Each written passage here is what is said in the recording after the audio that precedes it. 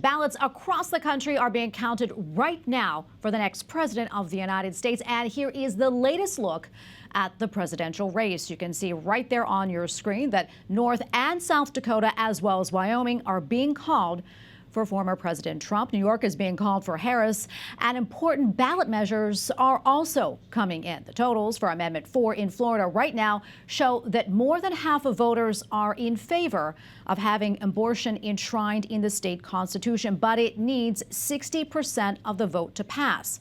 Governor Ron DeSantis and a number of pro-life groups are calling it a win for life.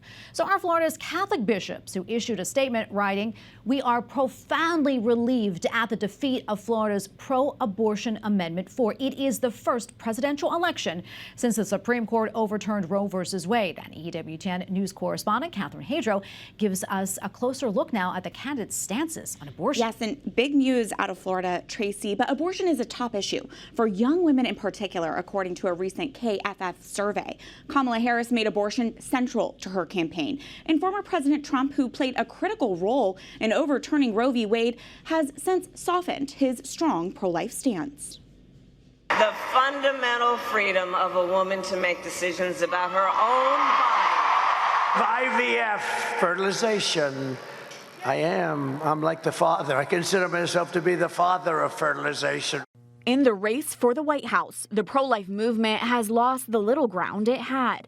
The Democratic Party has fully embraced abortion with no limits on gestation.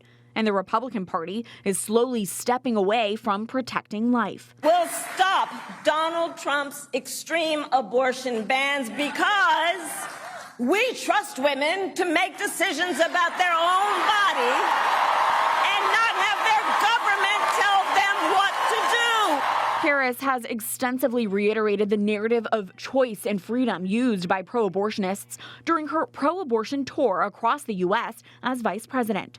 She is the first sitting vice president to visit an abortion facility. As the Democratic presidential candidate, she made it the center of her campaign, vowing she would federally protect abortion as a so-called right. And I pledge to you, when Congress passes a bill to put back in place the protections of Roe v. Wade, as President of the United States, I will proudly sign it into law. During an interview with Wisconsin Public Radio, Harris floated the idea of ending Senate filibusters to pass so-called abortions rights legislation. The filibuster rule sets a 60-vote threshold in the Senate to advance legislation. Harris wants a simple majority of 51 votes. She even brought religion into her argument in supporting abortion during her national debate against Trump. And one does not have to abandon their faith or deeply held beliefs to agree. The government, and Donald Trump certainly, should not be telling a woman what to do with her body. Former President Donald Trump has waffled on the issue as far as his own personal vote. He initially said he'd vote in favor of Amendment 4 in Florida, which would expand the abortion window to 15 weeks, saying he thought women needed more than 6 weeks.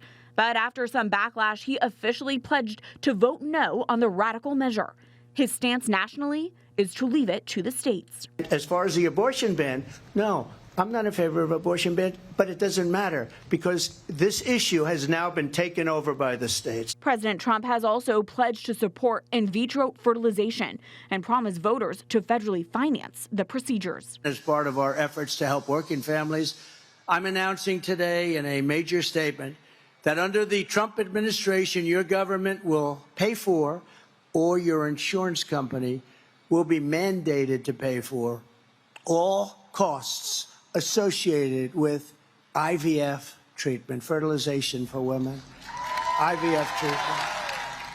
The next administration's impact on the pro-life movement could be significant. Dozens of pro-life activists have been arrested under the Biden administration, and Trump has pledged to free these activists if he gets reelected. Pro-life leader Jeannie Mancini, the current president of the March for Life, shared her thoughts on whether a potential Harris or Trump administration would be pro-life friendly. If, God forbid, we have a President Harris, without a doubt, she will be the most pro-abortion president in the history of our country. I think that President Trump listens to people sometimes, and we have some great connections within the March for Life, people who will be able to continue those relationships and to do everything we possibly can.